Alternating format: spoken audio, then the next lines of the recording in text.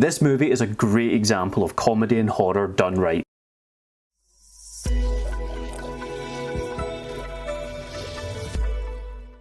If you are new here, I do like to cover those movies that seem to get a little bit less talked about and less reviewed, and really just try and find some hidden gems for both myself and recommend to you guys. So if you haven't yet, please do hit subscribe, it helps the channel out and you'll find something new along the way. But let's get on with the review. American Carnage. This movie surprised me in a few different ways, all incredibly positive, but I didn't quite know where it was going or the tone it was going to hit, and I came out the other side of this movie just thoroughly enjoying it. So the movie opens, and within the credits there's a lot of news articles and outlets on kind of immigration, race, certainly within the Oscars and different minorities winning awards, the kind of media that you see, because this movie's main theme is certainly on immigration and kind of race politics as well within America. Now, as you can probably tell, I'm not American, so I don't know the full ins and outs of it, but the movie doesn't patronise you, nor do you really need to know the details to understand fully the message. Now, we are following JP. Now, he is incredibly likeable. I thoroughly enjoyed watching him in this movie. What is it with characters in movies? See, when they're doing a job or doing something, they're focused with earphones in, just having a dance to themselves, they're immediately likeable. I don't quite know what that thing is, but it works really well here as well. So the movie kicks off and he's in a burger place working away, and it shows that he's getting a little bit of racism towards him. How he handles it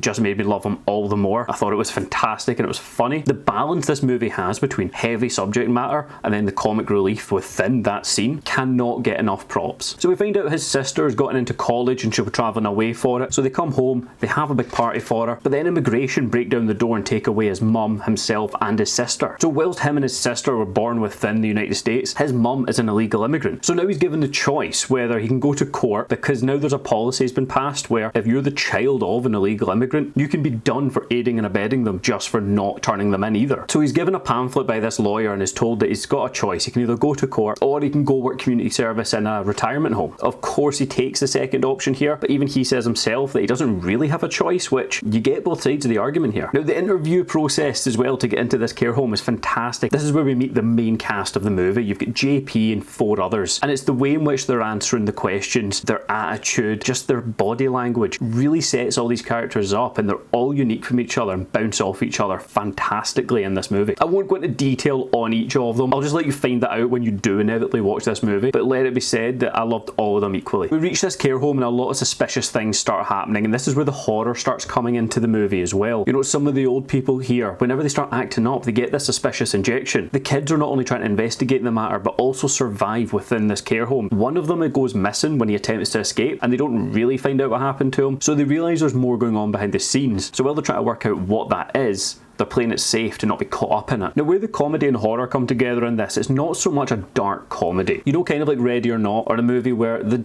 people may die in the film, but it's done in a very funny way. The film here kind of switches more between comedy and horror. It works well scene to scene. It definitely keeps the pacing of the movie alive and really fleshes out these characters, because when it wants to be funny, it is very funny, this movie. I personally was laughing away, but then also when it was horror, that shit was scary. That shit got to you. And this retirement home isn't any kind of retirement home I've ever seen. It's like a 5-star resort. They've got spas, they've got everything they could ever need here. Some of the staff in here are racist towards the group, and there's throwaway lines and mentions which really just makes you remember the undertone to this movie. One thing I was worried about, after the movie's opening with the credits, I thought it was going to be quite a preachy movie, and I'm so happy to say that it's not. If you feel like it's going to be with the intro, please don't be put off by it and just give it a chance. It never gets preachy, but it gets its message across loud and clear in a very creative and a very funny way. There is setup and payoff continually through this movie. It is never dragged out either. We'll catch a glimpse of something when they're investigating. It's followed up on very shortly after, and it all makes sense as well. It never feels too out there. I thought the performances in here from every character were fantastic and definitely memorable. I'll not be forgetting this group for a long time. Definitely our main guy JP, he brings his absolute A-game to the table in this movie. You're following for most of it, and I was never bored in any scene with him. So whilst they're in the retirement home as well, you've got this kind of beeline story where the person that's running for governor is the one that's introducing all these new policies and laws. I'm not quite sure what they are exactly, I don't know politics, but basically making the situation where, you know, they're aiding and abetting illegal. The cinematography in here is great, because when it's funny,